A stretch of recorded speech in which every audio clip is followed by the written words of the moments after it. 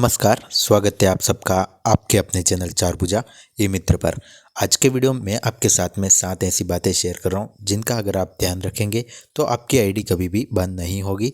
तो इनकी हम थोड़ी सी चर्चा करेंगे और अगर आपका एक नया ई मित्र है तो आपको इन बातों का विशेष तौर पर ध्यान रखना है। पुराना ई मित्र है तो उन सभी को ये पता होता है, पर अगर आपके नया ई मित्र है तो आप वीडियो ज़रूर देखें और इन चीज़ों से बच के रहें। ये गलती आपको बिल्कुल भी नहीं करनी है और इन चीज़ों का अगर आप पालन करेंगे, इन 7 चीज़ों का जो इस लिस्ट में दी गई हैं, तो आपका कभी भी ई मित्र बंद नहीं होगा। तो हम एक एक करके देखते हैं। तो सबसे पहली चीज़ आती है वो है ओवर चार्जिंग।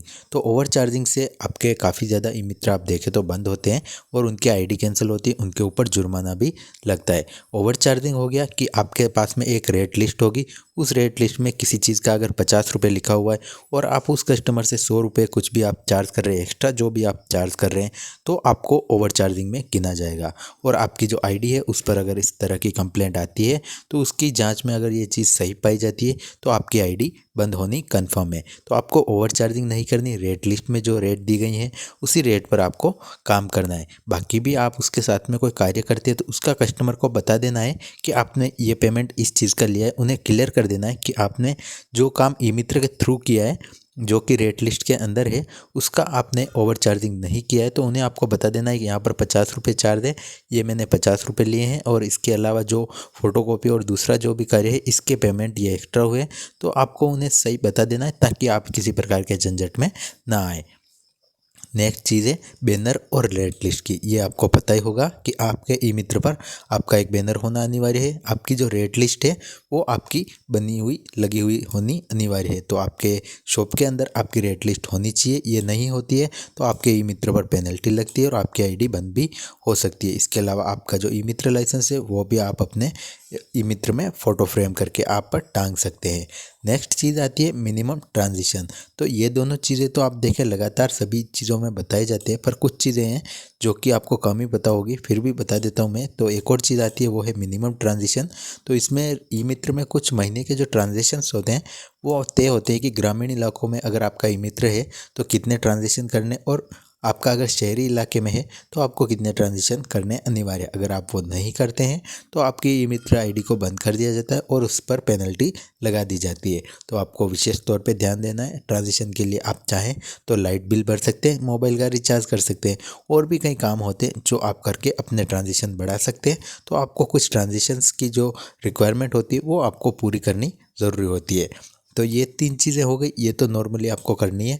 इसके अलावा 4 ऐसी गलतियाँ हैं जो कि आपकी आईडी न सिर्फ बंद करवा देगी बल्कि आपको जेल की हवा भी खिला सकती है। तो कुछ चीज़ें हैं जिनका आपको बिल्कुल भी गलती नहीं करनी है, कुछ चीज़ें हैं जिनकी आपको कंप्लीटली इंफॉर्मेशन होनी चाहिए।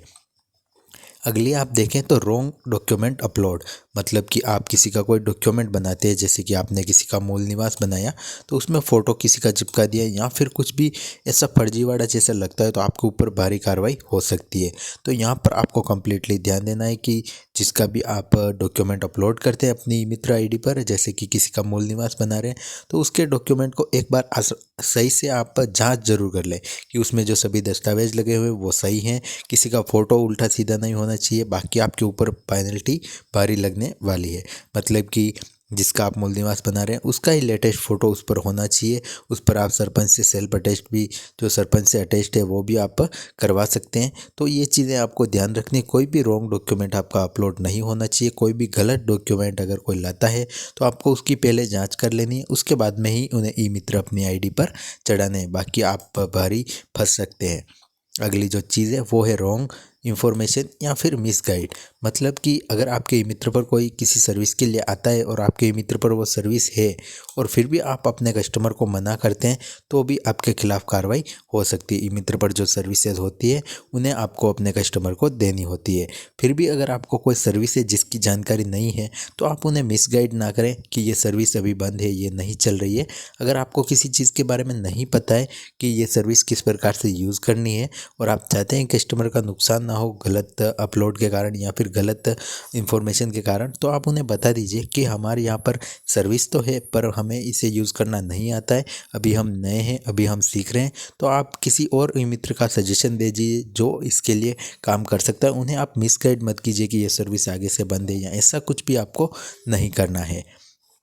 एक और अगली चीज़ है वो है फेक डॉक्यूमेंट और एडिटिंग। ये दो चीज़ें तो आपको कम्प्लीटली अपने ई मित्र पर बिल्कुल भी नहीं करनी है, बाकी आप काफ़ी भारी समस्या में फंसोगे जिसमें आपको जेल की हवा भी खानी पड़ेगी। तो इन दो चीज़ों का तो आपको कम्प्लीटली ध्यान रखना है, क्योंकि इन दो चीज़ों में अगर आप फंसे और आपने अगर ये किया तो ये 100% आपको फंसा सकती है और ये चीज़ गलत भी है एक तरह से आप देखें तो। इन दो चीज़ों से तो आपको कम्प्लीटली दूर रहना है। तो फर्स्ट हो गया फेक डॉक्यूमेंट, जिसमें कि आप किसी भी जो आवेदक है उसके कोई भी गलत डॉक्यूमेंट आप किसी में अपलोड नहीं करें और कोई भी उनकी गलत आईडी ना बनाएं।